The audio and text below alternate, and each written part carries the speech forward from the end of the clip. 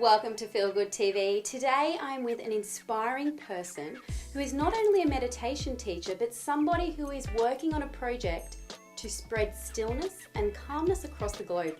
Today I'm here with Tom Cronin. So welcome, Tom. Hey, great to be here. Hey Tom, first of all, let's start off by telling me what inspired you to become a meditation teacher? I guess it was my own personal experience that meditation really was so transformational for me. It really took me from such a state of unhappiness to a state of joy and lightness and bliss. And so it was just such a transformational experience that I just had to share it with people. I just couldn't understand why other people weren't doing this. And it was really my ultimate mission then, was to take this to as many people across the world as possible because of the changes that I saw in myself. And I could see that starting to happen in the people around me that were also learning that technique as well. So it was just a no-brainer for me that it was something that I wanted to share with the world. So tell us, what was the turning point in your life and how long ago was it when you discovered that, meditation was really for you? It's quite a while ago actually. It was around 18 years ago that I was living a very hectic and crazy imbalanced lifestyle as a broker in Sydney, trading swaps and bonds for the investment banks. And there was a certain culture in that industry that I subscribed to in a big way, and that led to some really severe imbalances. I was experiencing a lot of panic attacks and depression and anxiety, and I really needed to find something that was going to help me to shift out of that state because I really became incapacitated. Ultimately I couldn't even go to work anymore because I was so stressed. And I tried a number of different things, I guess, following Western medicine advice, and it really wasn't making a lot of change, but something within me inherently knew that I needed to learn to meditate because my mind was just really out of control.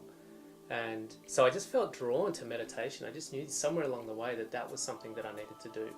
So it was about 18 years ago, and that's when I started to learn to meditate, and it was really quite an amazing shift that happened after that. Wow. So 18 years experience behind you, and obviously there was that shift and that turning point which really inspired you to begin with meditation. Now, share with us, first of all, what is the main emphasis behind meditation? Because we all do live busy, hectic lives. It almost gets to the point where it's like, I don't know if I have the patience or time to sit down and meditate. I know, coming from a person who was quite active, and I began meditating and saw some massive differences. But tell us, first of all, if you are a person who's extremely busy, what is the first step you could use to begin a meditation practice? That's a really good question. The first step you could use is to, really it's about preferences. Everything that we do is just one preference over another. What am I preferring to do in this moment? Am I preferring to have a cup of tea or a cup of coffee? Am I preferring to go to the gym or preferring to watch TV? So every single action that we take is a preference of one thing over another. And so we just got to look at our day and the entire structure of our day and say, what is the preference for each moment, and what is that preference? What is that action serving me? How is that serving me and my well-being? So I would really make it a priority to put aside just a small portion of time each day, because when you just allocate just this small segment of your day, you can still fill the rest of your day up with all the other activities and preferences, but just prioritize just a small moment, possibly one in the morning and one in the afternoon, to saying it's time for me to just be. It's time for me to have some stillness and connect to my inner truth and connect to that silence, and to put my body, my mind into a little state of rest. And I think that's really an important thing, is just to really be conscious about what you're doing with each moment in your day and really asking yourself, how is that serving my higher interest? It's very true what you say, because we are really good at setting time aside for business meetings, and we're really good at setting time aside to please others around us or for our social commitments.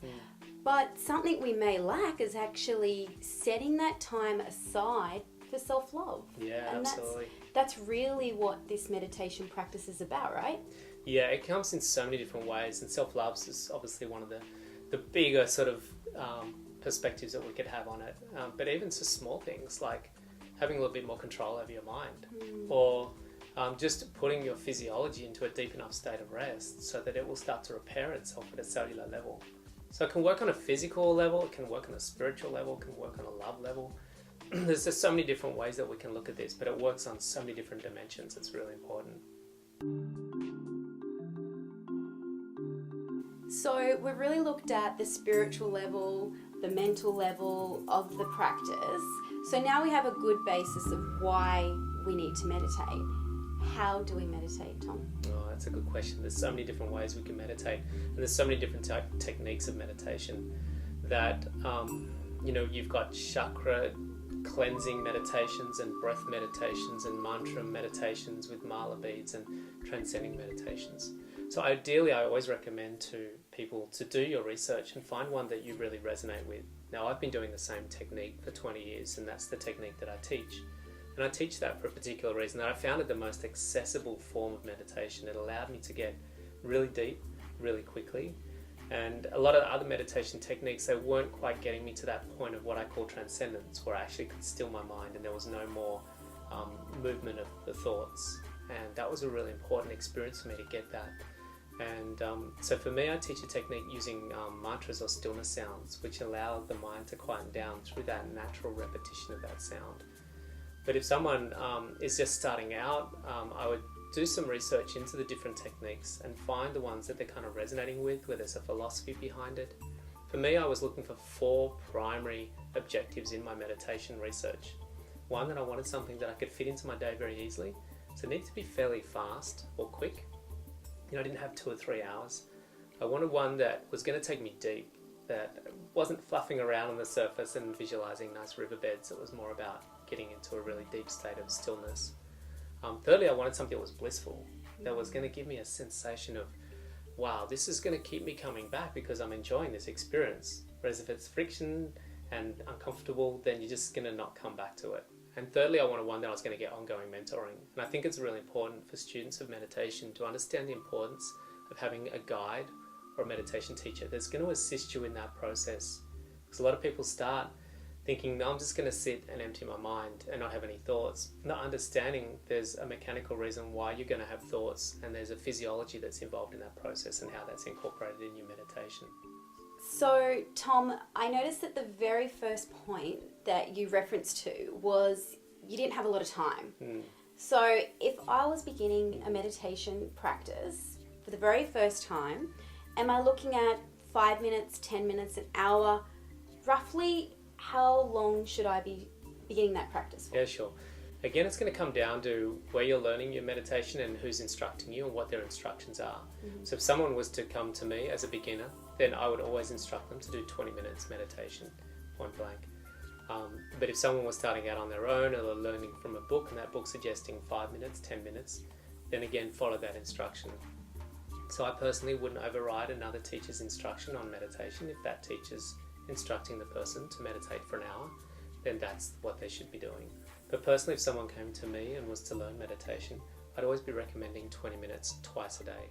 And the reason for that is that we have such intense demands in our day. We're having to process so much information. And 5 minutes of meditation per day, it probably isn't going to be sufficient amount to really deal with the amount of stress that we're bringing into our body.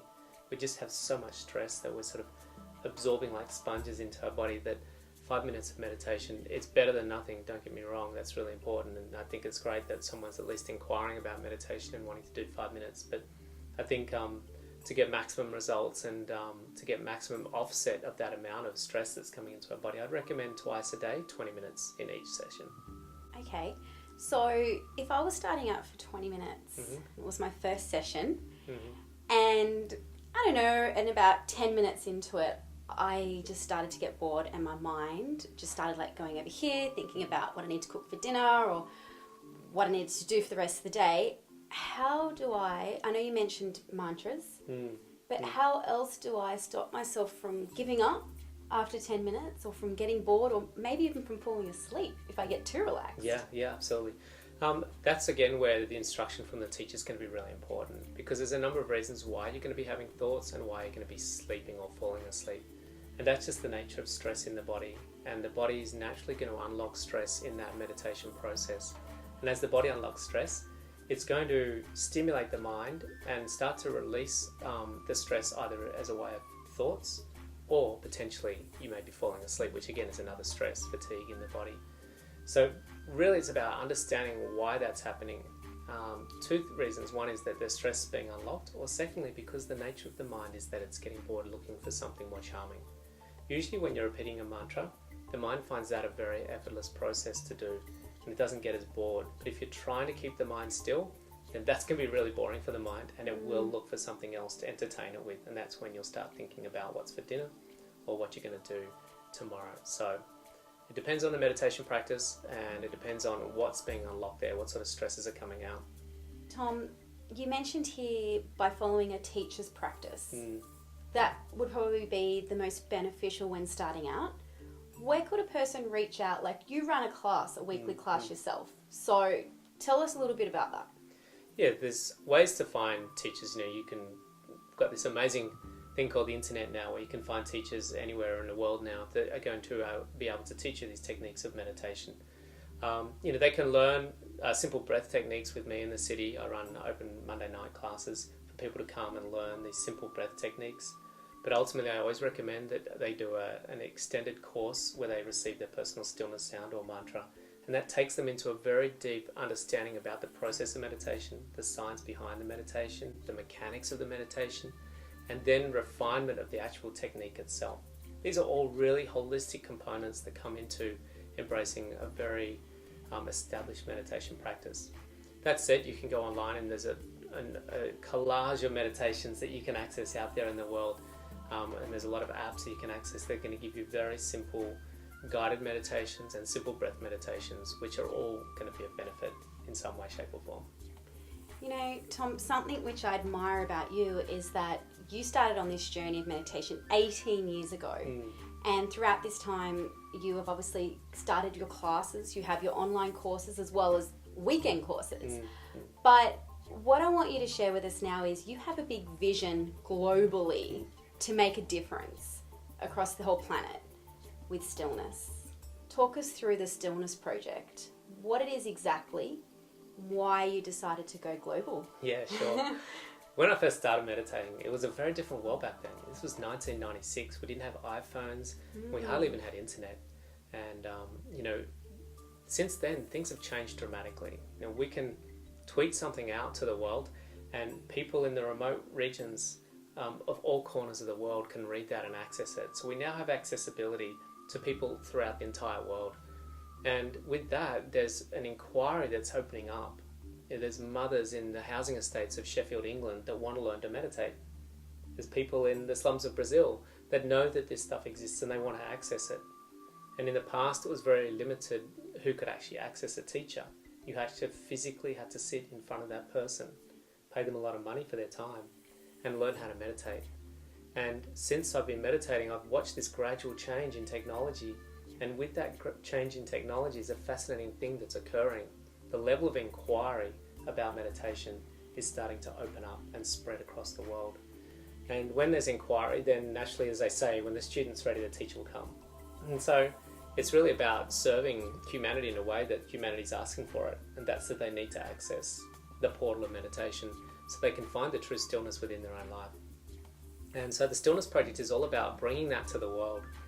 And it's one thing to actually say, hey, you should meditate, but the next thing is to give them an experience of it. So the Stillness Project is about bringing together the world's largest meditation experience, where I'll be guiding them through a really beautiful, intimate experience of stillness through Google Hangout, where we can have an unlimited number of people coming online and sharing that journey. So we're expecting, over 1 million people to have that meditation experience.